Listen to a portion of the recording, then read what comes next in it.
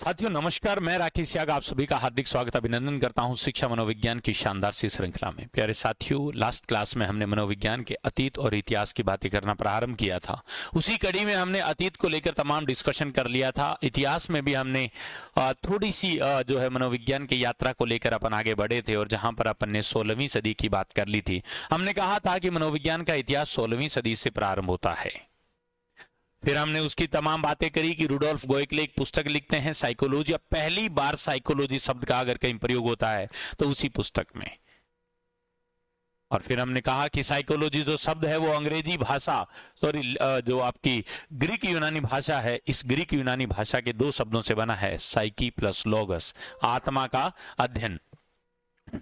बिल्कुल प्यारे साथियों, आज उसी कड़ी में आगे बढ़ते हुए अपन बात करेंगे 17वीं सदी में। हम 16वीं सदी की चर्चा कर चुके थे, आज हम 17th सेंचुरी की चर्चा करेंगे। 17वीं सदी में मनोविज्ञान को क्या माना गया, बहुत अच्छे से समझना है, बहुत अच्छे से समझना है। देखिए, हमने 16वीं सदी की तमाम बातें कर ली थी। एक सेकंड, जूम वगैरह देख लेते हैं।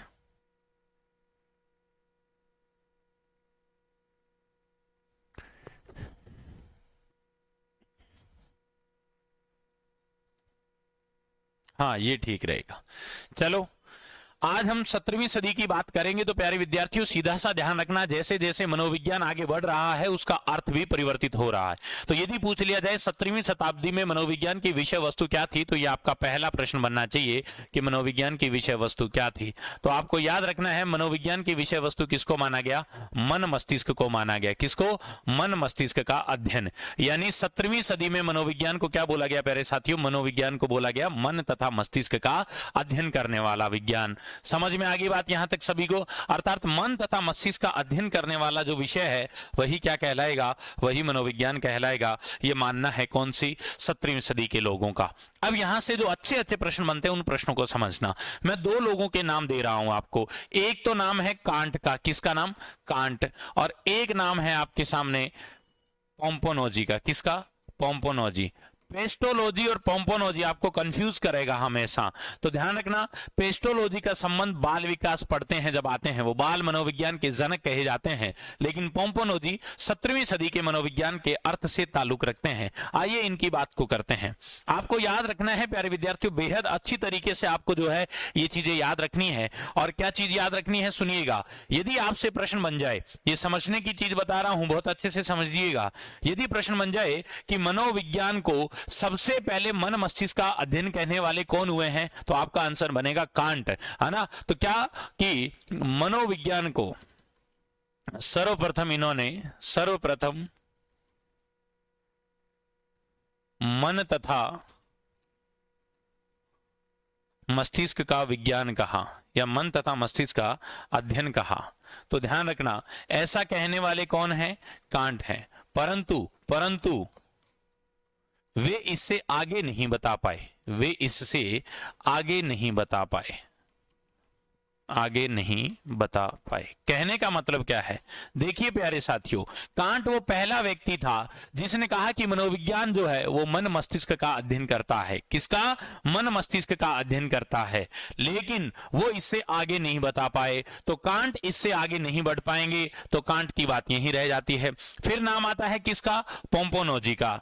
याद रखना, मन तथा मस्तिष्क के विज्ञान के रूप में मनोविज्ञान का विश्लेषित अध्ययन करने का काम किसने किया है? पोम्पोनोजी ने। तो याद रखना, अपन क्या कह सकते हैं? मन मस्तिष्क के रूप में अध्ययन। यदि प्रश्न इस तरीके से आ जाए, मन मस्तिष्क के रूप में अध्ययन करने का श्रेय, रूप में अध्ययन किया है किसने? पोम्पोनोजी ने। तो देखो, दो अच्छे प्रश्न बन गए यहां से। इस स्क्रीन पे तीन अच्छे अच्छे प्रश्न आपके समक्ष हैं प्यारे विद्यार्थियों, समझिएगा एक बार, है ना। 17वीं सदी की बात कर रहे हैं, विषय वस्तु मन मस्तिष्क का अध्ययन है। यदि पूछ लिया जाए कि बताइए ऐसा कहने वाले प्रथम व्यक्ति कौन हुए हैं जो इससे आगे नहीं बता पाए, तो आपको याद रखना है कांट। कौन हुए हैं? कांट। लेकिन पोम्पोनोजी का नाम याद आते ही याद रखना कि मन मस्तिष्क का व्यवस्थित अध्ययन करने का अगर किसी को श्रेय जाता है तो वो कौन है? पोम्पोनोजी है। तो इन दोनों में ज्यादा महत्वपूर्ण व्यक्ति ये है। यहां तक की बात क्लियर होगी सभी को? यहां तक की क्लियर है ना? ठीक है। अब देखिए, अब जब ये बात है तो इसका मतलब यहां पर एक अच्छा प्रश्न बनता है कि सर इस चीज के समर्थक कौन कौन है? समर्थक कौन कौन है? तो तीन तो वही नाम याद रखने हैं पिछले के आलोचक, हाब्स, लोक और कांट। स्पिनोजा का नाम ध्यान रखना है, थॉमस रीड और लिबनिज। ये वो व्यक्ति हुए हैं जिन्होंने पोम्पोनोजी और कांट की बात का समर्थन किया है। कौन कौन? हॉब्स, लोक, can't, Spinoza, Thomas read, Leibniz. ये वो व्यक्ति हुए हैं जिन्होंने मनोविज्ञान को क्या मान लिया? मन मस्तिष्क का विज्ञान। जो आपके पोम्पोनोजी ने कहा उस बात को इन्होंने स्वीकार किया। देखिए प्यारे साथियों, हमने चर्चा शुरू की थी इसी बात के साथ कि मनोविज्ञान जो अपने स्वरूप में आया है ये कोई एक दिन की घटना नहीं है, इसको काफी लंबा अरसा लगा है। और आप देखिए 16वीं सदी से आप मनोविज्ञान की इस यात्रा वृतांत को देख रहे हैं, जहां पर सबसे पहले 16वीं सदी में मनोविज्ञान ने आत्मा का रूप धारण किया था, और उसके बाद में मनोविज्ञान की विषय वस्तु जो है वो 17वीं सदी आते आते किसके रूप में आ गई? प्यारे साथियों, मन मस्तिष्क के विज्ञान के रूप में। किसके रूप में? मन मस्तिष्क के विज्ञान के रूप में आ गई, है ना? और हमने कहा कि कहने वाले कौन है? कांट हैं, और विश्लेषित अध्ययन करने वाले पोम्पोनोजी हैं, और समर्थक कौन कौन है? होब्स, लोक, कांट, स्पिनोजा, थॉमस रीड और लिबनिज। यहां तक की बात ओके है? अब सुनिएगा। अब बात ये आती है कि सर जो 17वीं सदी की अवधारणा है ना, ये आपने इतिहास में वुडवर्थ की यात्रा, अर्थ यात्रा जो मैंने आपको बताई थी, उस अर्थ यात्रा वाली परिभाषा में तुमने देखा था कि ये जो 17वीं सदी की अवधारणा ये 19वीं सदी तक चलती है। कौन सी सदी तक चलती है प्यारे साथियों? 19वीं सदी तक। तो याद रखना यहां पर कि 19वीं सदी में जो मनोवैज्ञानिक आएंगे वो कारण बनते हैं मन तथा मस्तिष्क को हटाने वाले, यानी वो एक तरीके से आलोचक बन जाएंगे, जिनमें विलियम वुंट, टीचनर, जेम्स, है ना, ऐसे लोगों की आप बात करोगे तो वो लोग इसके क्या बन जाएंगे? आलोचक बन जाएंगे। लेकिन उससे पहले यहां पर एक चीज समझना, अगर मैं बात करूं कि मन मस्तिष्क की अवधारणा समाप्त क्यों हुई सर? देखो, अगर समाप्त नहीं होती तो आज भी मनोविज्ञान मन तथा मस्तिष्क का विज्ञान होता। समाप्त होगी तभी तो आज व्यवहार का विज्ञान है, ठीक है ना? तो याद रखना, मन मस्तिष्क के बारे में अगर बात करें तो हिंदी की अगर मैं बात करूं तो मन का मतलब होता है हमारा दिल। मन का मतलब क्या होता है? दिल। और मस्तिष्क हमारा जो होता है, ये आप सभी जानते हैं, हमारा दिमाग होता है। क्या होता है? दिमाग होता है। लेकिन प्यारे साथियों सुनिएगा, अब मन, अपन कहते हैं ना मन से बोलो तो दिल से बोलो, है ना, दिल से बोलो। तो प्यारे साथियों ध्यान रखना, अगर हम हिंदी में भी इस शब्द को देखें तो लोग तो कह रहे हैं मन तथा मस्तिष्क का विज्ञान, 17वीं सदी वाले कह रहे हैं मन तथा मस्तिष्क का विज्ञान। लेकिन प्यारे साथियों, अपन मन को दिल कहते हैं और मस्तिष्क को क्या कहते हैं? दिमाग कहते हैं। लेकिन अंग्रेजी में इन दोनों के लिए एक ही शब्द है, और वो शब्द क्या है? माइंड। कौन सा शब्द है? माइंड। एक चीज ध्यान रखनी है। दूसरी बात, ये जो मन होता है, मन आप सभी जानते हैं कि मन आंतरिक और बाह्य होता है। मन आंतरिक और बाह्य होता है। हमारा आंतरिक मन हमेशा सच बोलता है और हमारा बाहरी मन हमेशा झूठ बोलता है। कैसे? मैं बताता हूं। आपके पास कोई फोन आता है, सामने वाला पूछता है कि राम राम भाई कैसे हो, तो आप चाहे कितने ही बुरे हो, आप यही बोलते हो कि भाई बहुत बढ़िया है, मौज हो रही है अपने तो, है ना? समझ गए मेरी बात को? तो वो जो आप बोल रहे हो वो मन है। इसका मतलब मन की भी कोई निश्चित स्वरूप नहीं है, है ना? मन का भी कोई निश्चित स्वरूप नहीं था, इसलिए ये अवधारणा भी धीरे धीरे क्या हो जाएगी प्यारे साथियों? समाप्त हो जाएगी। लेकिन सुनिएगा, यहां पर आपको एक छोटी सी बात बताता हूं। आलोचकों ने क्या कहा वो सुनिएगा। आलोचकों का मानना था कि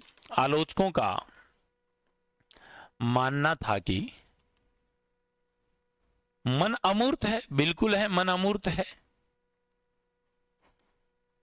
इसकी कोई निश्चित गति, मान, स्वरूप, आकार नहीं होता।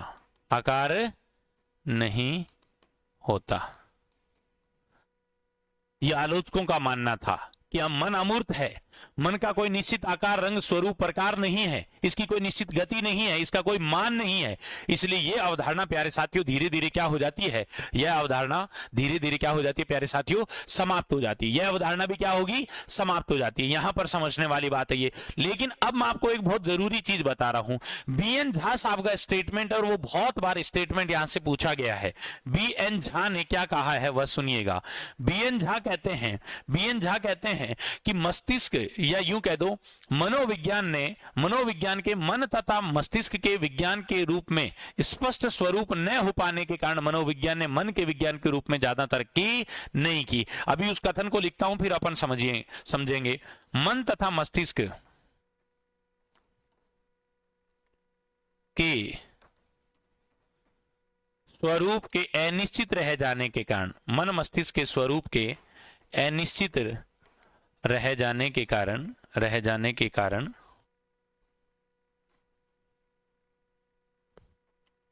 मनोविज्ञान ने मन मस्तिष्क के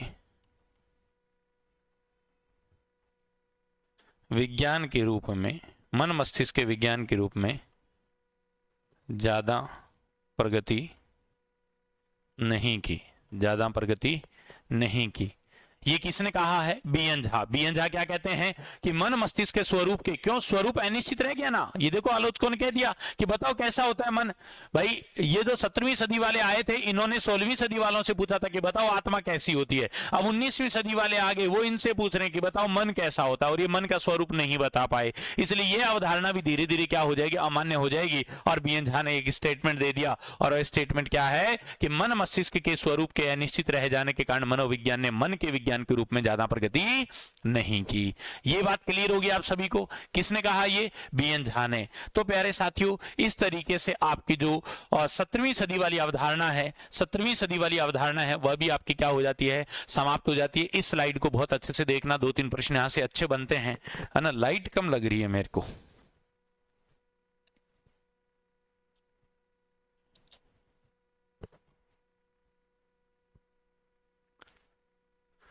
हाँ अब ठीक है।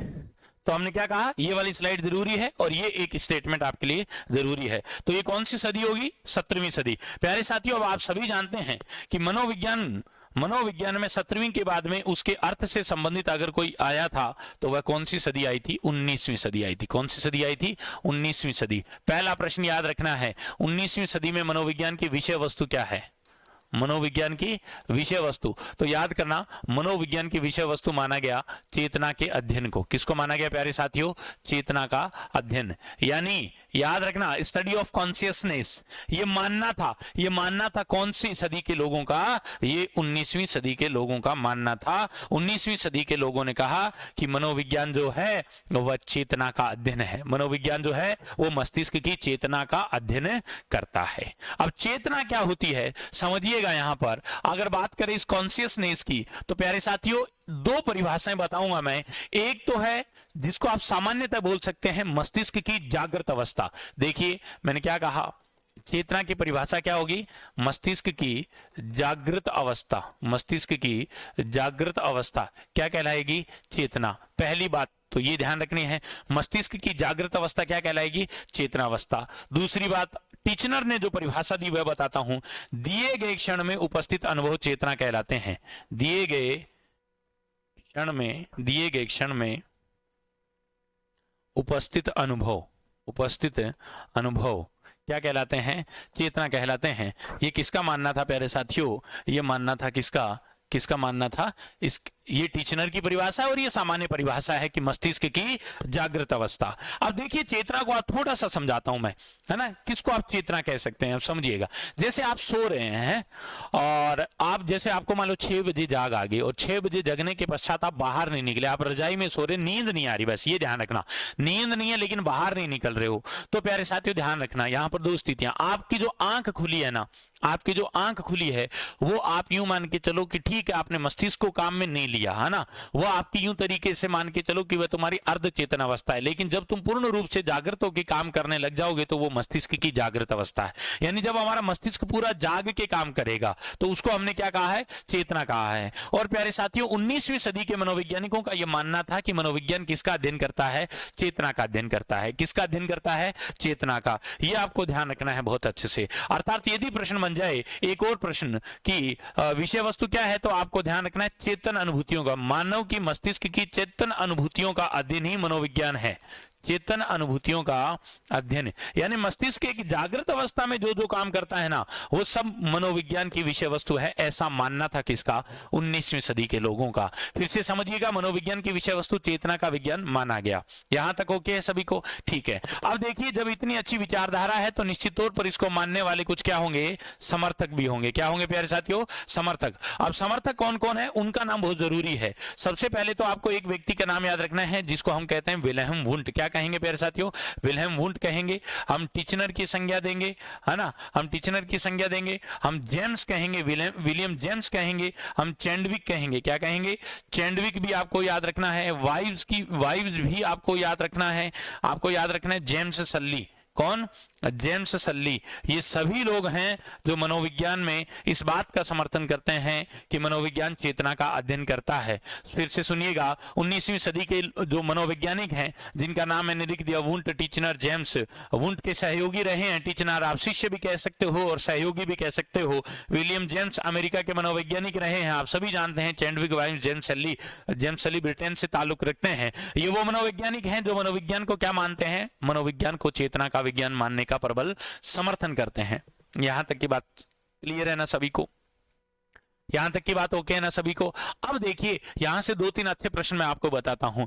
इन सभी मनोवैज्ञानिकों में इन 3 लोगों के नाम बहुत महत्वपूर्ण रहते हैं। एक तो विल्हेम वुंट का नाम, एक टिचनर का नाम और एक विलियम जेम्स का नाम। इन तीनों को लेकर मैं थोड़ी थोड़ी चर्चाएं आपके सामने करूंगा क्योंकि यहां से प्रश्न पूछा है एग्जामिनर ने। तो सबसे पहले अगर मैं बात करूं तो मैं बात करता हूं विल्हेम वुंट की। किसकी बात करता हूं, विल्हेम वुंट। विल्हेम वुंट प्यारे साथियों कहां के रहने वाले हैं, तो ध्यान रखना ये जर्मन मनोवैज्ञानिक हैं। कहां के हैं, ये जर्मनी के मनोवैज्ञानिक हैं। सर इन्होंने क्या बड़ा काम किया था, तो वह समझना। बहुत अच्छे अच्छे 3-4 प्रश्न बता रहा हूं आपको, यहां से प्रश्न देखने को मिलता है। पहला प्रश्न, इन्होंने मनोविज्ञान को प्रयोगात्मक मनोविज्ञान बनाया। मनोविज्ञान को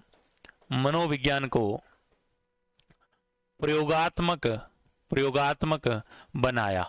तो बताइए, मनोविज्ञान को एक्सपेरिमेंटल साइंस बनाने का श्रेय किसको जाता है, तो none other than Wilhelm Wundt आपका आंसर होना चाहिए, पहली बात। दूसरा प्रश्न आ जाए कि प्रयोगात्मक व्यवहार के अध्ययन की प्रयोगात्मक विधि के प्रतिपादक कौन हुए हैं, यही हुए हैं। तो ये लो साहब दूसरा प्रश्न, व्यवहार के अध्ययन की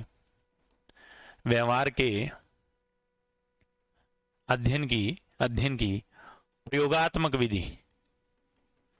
व्यवहार के अध्ययन की कैसी विधि प्यारे साथियों, प्रयोगात्मक विधि का प्रतिपादन किसने किया है, तो आपका आंसर होगा विल्हेम वुंट ने। अब सुनिएगा, सर कैसे किया, क्या किया, वह बता दीजिए। तो प्यारे साथियों, जर्मनी में एक शहर है, जर्मनी के लिपजिंग शहर में, या यूं कह दो लिपजिंग नामक स्थान पर, लिपजिंग शहर में एक विश्वविद्यालय हुआ करता था, उसका नाम भी था लिपजिंग विश्वविद्यालय। क्या नाम था, लिपजिंग विश्वविद्यालय।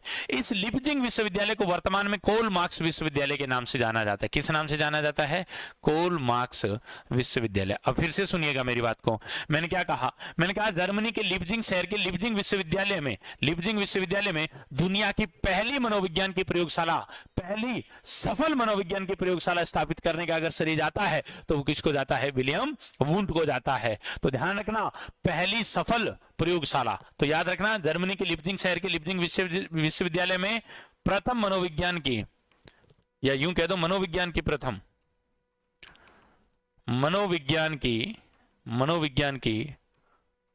प्रथम प्रयोगशाला स्थापित की। क्लियर होगी बात सभी को, समझ गए। हमने क्या कहा कि विल्हेम वुंट वह व्यक्ति हुए हैं जिन्होंने मनोविज्ञान में सबसे पहले क्या किया, इन्होंने क्या किया प्यारे साथियों, तो आपको याद रखना है, इन्होंने जर्मनी के लिपजिंग शहर के लिपजिंग विश्वविद्यालय में किसकी स्थापना कर दी, मनोविज्ञान की प्रथम प्रयोगशाला की स्थापना कर दी? क्योंकि प्रयोगशाला की स्थापना होगी इसलिए 2-3 अच्छे प्रश्न बन गए यहां से। मनोविज्ञान को प्रयोगात्मक रूप किसने दिया? विल्हेम वुंट ने। मनोविज्ञान की प्रयोगात्मक विधि का प्रतिपादक कौन है? कौन है? विल्हेम वुंट है। यहां तक की बात क्लियर है सभी को? ठीक है। दूसरे इनके शिष्य टिचनर की बात करता हूं मैं, इनके शिष्य टिचनर की बात करता हूं। देखिएगा टिचनर क्या कहते हैं, बहुत अच्छे से सुनिएगा यहां पर टिचनर की बात को। टिचनर ने क्या किया प्यारे साथियों? टिचनर ने संरचनावाद संप्रदाय की स्थापना करी। किसकी स्थापना कर दी? संरचनावाद। हम संप्रदाय पढ़ेंगे ना तब बताऊंगा आपको। संरचनावाद संप्रदाय की स्थापना की, संरचनावाद संप्रदाय की स्थापना की। और कहां पर करी? तो यही ध्यान रखना आपको, कॉर्नेल विश्वविद्यालय में। कहां पर करी? कॉर्नेल विश्वविद्यालय में। किसने? किसने? टीचनर ने। टीचनर पे ज्यादा बात नहीं कर रहा मैं, क्यों? क्योंकि जब संरचनावाद संप्रदाय पढ़ेंगे ना तब मैं टीचनर पे और बातें आपको बताऊंगा। यहां पर सिर्फ आपको इतना याद रखना है कि वुंट के शिष्य बोल दो या सहयोगी बोल दो जो आपके टीचनर हुए हैं, इन टीचनर ने कब? 1894 में। ये भी आपको थोड़ा सा वर्ष याद रख लेना है। 1894 में। कब? 1894 में। और इन्होंने कब किया? 1879 में। कब किया प्यारे साथियों? 1879 में। तो विलियम वुंट क्या कर रहे हैं? मनोविज्ञान की प्रथम प्रयोगशाला स्थापित कर रहे हैं, है ना? ये 1879 की बात है, ठीक है। और ये वाली जो बात है टिचनर वाली, टिचनर जो संरचनावाद संप्रदाय की स्थापना कर रहे हैं वो 1894 में कर रहे हैं। कब कर रहे हैं प्यारे साथियों? 1892, सॉरी 1892 आपको याद रखना है। 1892 में इन्होंने जो है संरचनावाद संप्रदाय की स्थापना कर दी, ठीक है। इसके अलावा भी इन्होंने बहुत बड़े कार्य किए थे। इन्होंने मन तथा चेतना में अंतर किया था। ये बहुत अच्छे से आपको याद रखना है। यदि प्रश्न बन जाए कि मन तथा चेतना में अंतर करने वाले पहले व्यक्ति का नाम क्या है, तो आपको याद रखना है कि ऐसा करने वाले प्रथम व्यक्ति कौन हुए हैं? टिचनर हुए हैं, जिन्होंने मन तथा चेतना में अंतर किया। और इसी से संबंधित उन्होंने, मैंने आपको एक बात बताई थी, अभी मैंने एक बात बताई थी आपको कि इन्होंने मन तथा मस्तिष्क में इन्होंने क्या किया था प्यारे साथियों?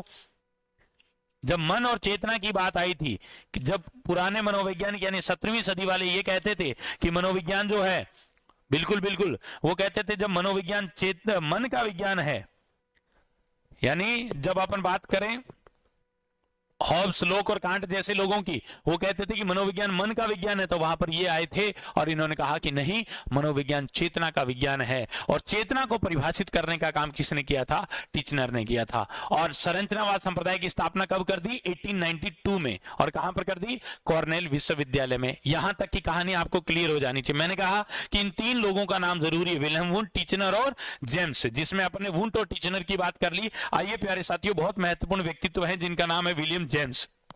क्या नाम है? William James. विलियम जेम्स की बात करना जरूरी है। अमेरिकन मनोवैज्ञानिक है, यह भी आपको ध्यान रखना है पहली बात तो। अब देखिए इन्होंने बड़े काम क्या क्या किए थे वह समझिएगा प्यारे साथियों। इन्होंने 1890 में एक पुस्तक लिखी थी जिस पुस्तक का नाम है प्रिंसिपल ऑफ साइकोलॉजी, मनोविज्ञान के सिद्धांत। यह पुस्तक इनके द्वारा कब लिखी गई थी? 1890 में। याद रखना, यदि प्रश्न बन जाए मनोविज्ञान की प्रथम पुस्तक कौन सी है, तो यही है प्रिंसिपल ऑफ साइकोलॉजी। इस पुस्तक में बड़ा क्या किया था, तो आपको याद रखना है इन्होंने मनोविज्ञान को दर्शन शास्त्र से अलग करने संबंधी विचार कौन सी पुस्तक में दिए? प्रिंसिपल ऑफ साइकोलॉजी में। तो चलिए एक प्रश्न बन जाता है कि बताइए कौन सा मनोवैज्ञानिक है जिसने मनोविज्ञान को दर्शन शास्त्र से पृथक विषय के रूप में स्थापित किया? तो विलियम जेम्स। आप सभी जानते हैं कि आप सोच के देखिए कि 4वीं सदी ईसा पूर्व, 5वीं सदी ईसा पूर्व से लेकर अब आपका कौन सा चल गया 1890 तक मनोविज्ञान दर्शन शास्त्र का ही एक भाग था, दर्शन शास्त्र से पृथक नहीं था। और लेकिन 1890 में विलियम जेम्स ने तमाम ऐसे प्रयास किए जिसके माध्यम से दर्शन शास्त्र से अलग कर दिया गया मनोविज्ञान को, और मनोविज्ञान एक पृथक विषय के रूप में स्थापित हो जाता है। बहुत अच्छे से समझना इसको, है ना? तो याद रखना विलियम जेम्स, इन्होंने कौन सी पुस्तक लिखी? 1890 में। मैंने बताया आपको प्रिंसिपल ऑफ साइकोलॉजी। कौन सी? Principle of psychology. ये पुस्तक इनके द्वारा जो लिखी गई, वह पुस्तक कब लिखी गई? कब लिखी गई प्यारे साथियों? तो आपको ध्यान रखना है 1890 में। क्या नाम है? Principle of psychology. पहला प्रश्न, मनोविज्ञान की प्रथम पुस्तक, ये याद रखना है, मनोविज्ञान की प्रथम पुस्तक, मनोविज्ञान की प्रथम पुस्तक, तो हमारा आंसर हो जाएगा प्रिंसिपल ऑफ साइकोलॉजी। एक प्रश्न। दूसरा, इस पुस्तक में, या यूं लिख दो, इस पुस्तक के माध्यम से, इस पुस्तक के माध्यम से मनोविज्ञान को दर्शन शास्त्र से एक पृथक विषय के रूप में स्थापित किया गया, पृथक विषय के रूप में स्थापित किया गया। क्लियर होगी बात? देखो हमने क्या कहा, विलियम जेम्स के ऊपर अच्छे प्रश्न बन गए कि मनोविज्ञान की प्रथम पुस्तक लिखते हैं ये, जिसका नाम है प्रिंसिपल ऑफ साइकोलॉजी, और इस पुस्तक के माध्यम से मनोविज्ञान को दर्शन शास्त्र से एक पृथक विषय के रूप में स्थापित किया गया। किसके प्रयासों से? विलियम जेम्स के प्रयासों से। अब देखिए, आपको मैं ये तीन लोगों की बातें जरूरी थी बताना, है ना। अब यहां पर आपको मैं एक कंफ्यूजन क्रिएट करके एक सिचुएशन बताता हूं, और यहां से जो है बिल्कुल प्यारे साथियों, यहां से जो है ना इस तरीके का प्रश्न बनता है और विद्यार्थी अक्सर जो है वो भ्रमित होकर गलत करके आ जाता है। जैसे रीट L1 2021 में प्रश्न बना था कि आधुनिक मनोविज्ञान के जनक, प्रश्न सुनिएगा, आधुनिक मनोविज्ञान का जनक, है ना, ये प्रश्न आया था, जिसमें सबसे पहला ऑप्शन था वुंट, दूसरा ऑप्शन आपको दे रखा था प्यारे साथियों टीचनर, और तीसरा ऑप्शन आपको दे रखा था जेम्स। अब बच्चा जो है ना वो क्या करके आएगा, बच्चा यहीं तक रह के आ गया, आधुनिक मनोविज्ञान के जनक। यदि प्रयोगात्मक मनोविज्ञान पूछा जाता तो निश्चित तौर पर वुंट होता। लेकिन प्यारे साथियों अब समझना, यदि इस तरीके का प्रश्न आ जाए आधुनिक मनोविज्ञान के जनक, तो वर्तमान में ये बहुत अच्छे से ध्यान रखना कि वुंट और टीचनर, वुंट और जेम्स दोनों को ही आधुनिक मनोविज्ञान का जनक कहा जाता है। फिर से समझिएगा, दोनों को ही आधुनिक मनोविज्ञान का जनक कहा जाता है। किस किसको? वुंट को और जेम्स को। मनोवैज्ञानिकों या यूं कह दो अध्यापकों के पास इस बात के पर्याप्त साक्ष्य हैं कि वुंट ने भी अनेक ऐसे काम किए थे जिसके माध्यम से मनोविज्ञान को आधुनिक रूप मिला था, और जेम्स ने भी अनेक ऐसे काम किए जिसकी वजह से मनोविज्ञान को आधुनिक रूप मिला। इसलिए दोनों बातें सही है। और एग्जाम में जो 2021 रीट वाला पेपर बता रहा हूं उसमें यह प्रश्न डिलीट हुआ था प्यारे साथियों। और डिलीट क्यों हुआ था? क्योंकि उसमें ये दोनों सही हो रहे थे लेकिन विकल्प ऐसा था नहीं, तो ऐसे में प्रश्न डिलीट हो गया। तो हमें भी क्या याद रखना है? हमें भी ये चीज याद रखनी कि आधुनिक मनोविज्ञान के जनक कौन है? वुंट और जेम्स दोनों ही है। कि सर दोनों में से एक को चुनना हो, नहीं चुना जाएगा, डिलीट होगा प्रश्न। हाँ, ऑप्शन में दोनों में से एक हो तो वो सही है, चाहे वुंट हो तो वुंट सही है,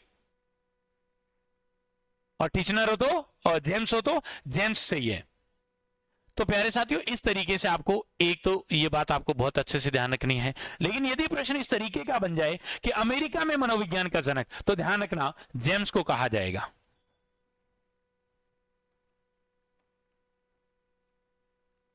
अमेरिका में मनोविज्ञान का जनक किसको कहा जाएगा प्यारे साथियों?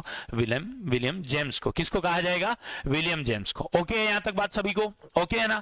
अब आपको मैं छोटी छोटी एक दो चीजें बताता हूं क्योंकि संरचनावाद से जुड़ी हुई है। देखिएगा, विलियम वुंट से जुड़ी हुई एक दो चीजें हैं, हालांकि प्रत्यक्ष तौर पर तो इनसे संबंधित नहीं, लेकिन भारत से संबंधित है, ये थोड़ा सा समझना है ना। ये 3 पॉइंट आपको बता रहा हूं भारत से संबंधित। एक तो आपको वर्ष याद रखना है प्यारे साथियों 1905, कौन सा, और एक वर्ष याद रखना 1916, और एक वर्ष याद रखना 1924, 3 वर्ष। यदि प्रश्न बन जाए कि भारत की प्रथम मनोवैज्ञानिक प्रयोगशाला कब स्थापित हुई, तो 1905 में। विश्व की प्रथम मनोवैज्ञानिक प्रयोगशाला कब स्थापित हुई, तो 1879 में विलियम वुंट के प्रयासों से। याद रखना भारत की प्रथम मनोवैज्ञानिक प्रयोगशाला 1905 में। तो ये लो एक प्रश्न, भारत की प्रथम मनोवैज्ञानिक प्रयोगशाला, समझ गए मेरी बात? कब? 1905 में। कहां पर? तो ध्यान रखना पश्चिम बंगाल में कलकत्ता विश्वविद्यालय में। कहां पर हुई प्यारे साथियों?